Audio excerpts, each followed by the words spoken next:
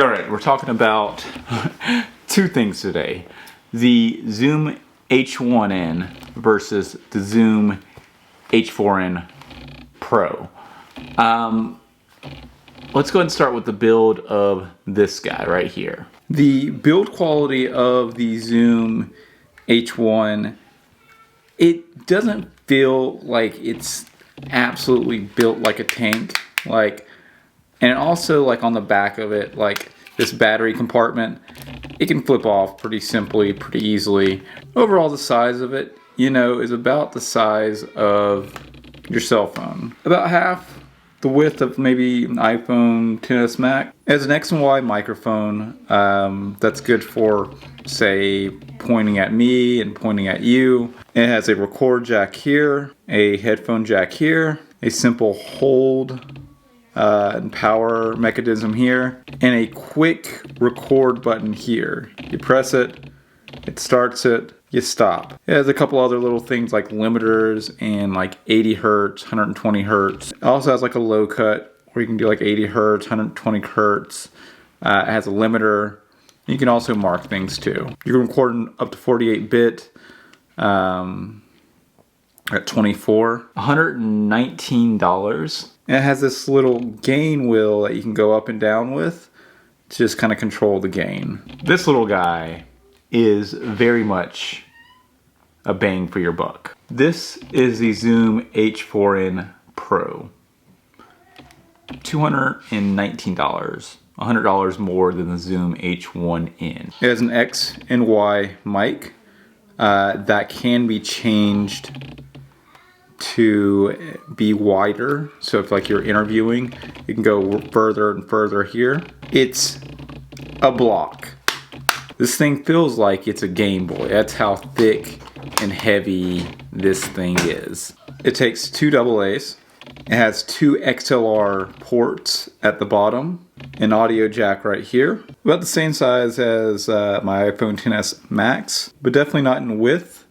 This thing is huge. When you're trying to put this on talent, it's just not, it's one of those things that the Zoom H1n is going to just conquer all at. Takes an SD card.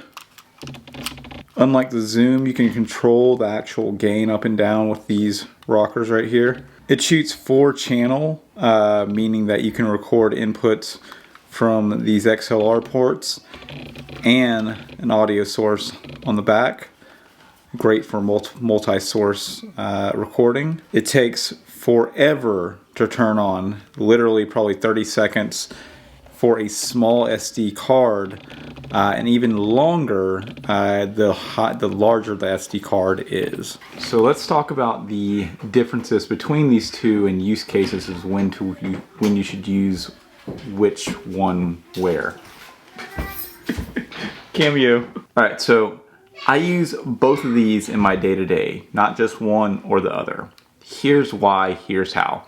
This Zoom H1 is perfect because it fits in my pocket. I'm actually using one right now. If you look very closely, I'm lobbed up with a backup source going to a second Zoom. That's how much I believe in these Zooms. This is perfect because it lasts all day. It lasts 7 to 8 hours continuous on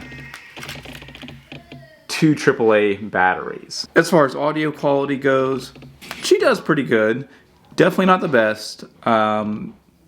If I'd have to say like okay, good, best, bestest, she'd be like good. What I use typically paired with this is a simple lav outside of my shirt. And though much of this audio doesn't make it into my films, it does record my life, and like continuous 7 to 8 hour, like that's pretty powerful. So the Zoom H4n Pro is a beast when it comes to podcasting. This paired with a simple pop filter, $5, something along those lines, over top here. And because I don't typically have this on camera, I can talk into it like so. Like if you look at the distance between how far it is from my mouth, about an inch. I set the gain to about 20, and every single time I have crystal clear, clean podcast audio. The downside to this is it tries to do so many other things that I don't really need it for, that I don't know if it's just part of it that sucks the battery, but I have this typically last about 2 hours on 2 AA batteries. And that's not enough for me to continuously use, especially for like day-to-day stuff. But it is enough for me to just do a quick podcast. Boom, boom, boom. That's it. Which would I choose if I had to go with one or the other? I think that this is a great solution for almost everything you're going to use. I imagine if I only had this and I put it super close, I'd still get pretty good podcast audio. I just get a lot better podcast audio with this. Although it's clunky, a brick, dies fast, doesn't boot up fast. This boots up very fast, like in a heartbeat. Like when you turn it on, you turn it off, it's like boop, boop, boop. You have more controls. There's 96. There's all sorts of other little features that are awesome about this, but the software itself feels really archaic, which does make it a bit harder to use. If you do have the money, I recommend purchasing both of these and a lav mic. You won't be disappointed. Also get rechargeable batteries, because then you will get to be disappointed if you just buy regular batteries and they're dying constantly. I use Energizer. All right, that is it. I truly hope you enjoyed this versus Zoom H1n versus the Zoom H4n Pro. Please tell me what your biggest takeaway from this was.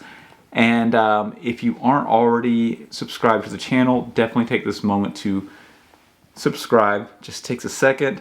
Click the bell so you get notified when I have new tech reviews, new films, new everything up. I'm Will Mosley. I create content about the creative process and tech. And until next time, catch you on the next one. Bye. Peace.